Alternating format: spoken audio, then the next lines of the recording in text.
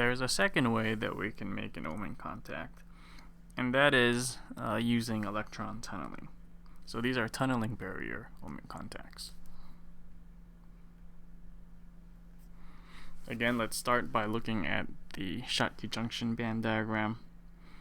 So in our Schottky junction band diagram, we have this potential barrier blocking electrons moving from either way, from the semiconductor to the metal or the metal to the semiconductor.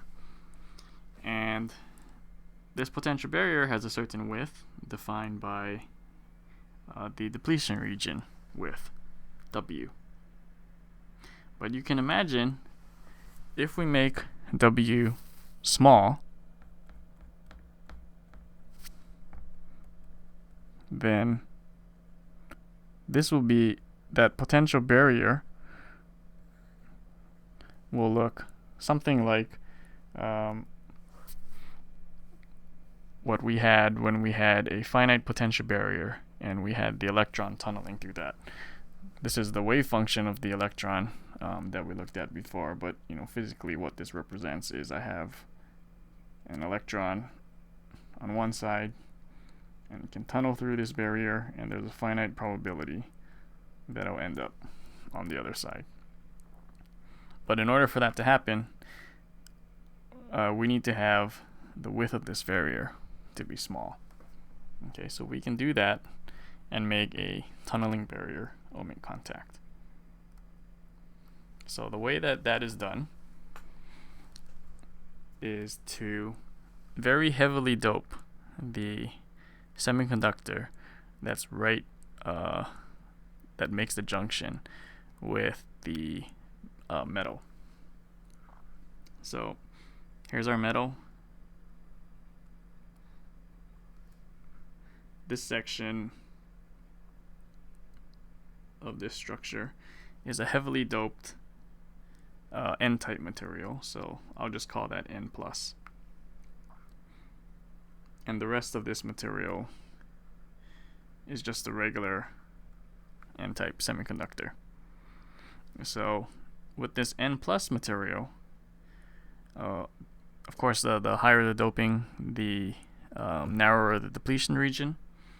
So that depletion region width becomes much more narrow, and now I have a triangular potential barrier, but it's a very thin potential barrier, so I can get electrons that can tunnel through either from the semiconductor side, they can tunnel through to the metal side, or if the electrons in the metal, they can tunnel through to the semiconductor side. Okay, so I have a way that electrons can travel through this barrier from either side, and again, that's what we want to make a Ohmic contact. One thing that we can do to characterize how good an Ohmic contact is to have something called contact resistance. In general, your equation is going to be the contact resistance R sub C is going to be equal to your junction resistance multiplied by the junction area. For a non-rectifying Ohmic contact, we can calculate the contact resistance according to this equation here. Uses similar parameters to a Schottky barrier or a Schottky diode. And for the tunneling Ohmic contact, we're just saying that the contact resistance is proportional to these various factors. That includes doping concentration and the metal potential barrier. It's much easier to determine the contact resistance of a tunneling Ohmic contact experimentally, and so that's what's done here. The x-axis is a function of doping concentration, and the y-axis is going to be your contact resistance. That's not actually labeled, so this is not a very good example of graph, but that's contact resistance.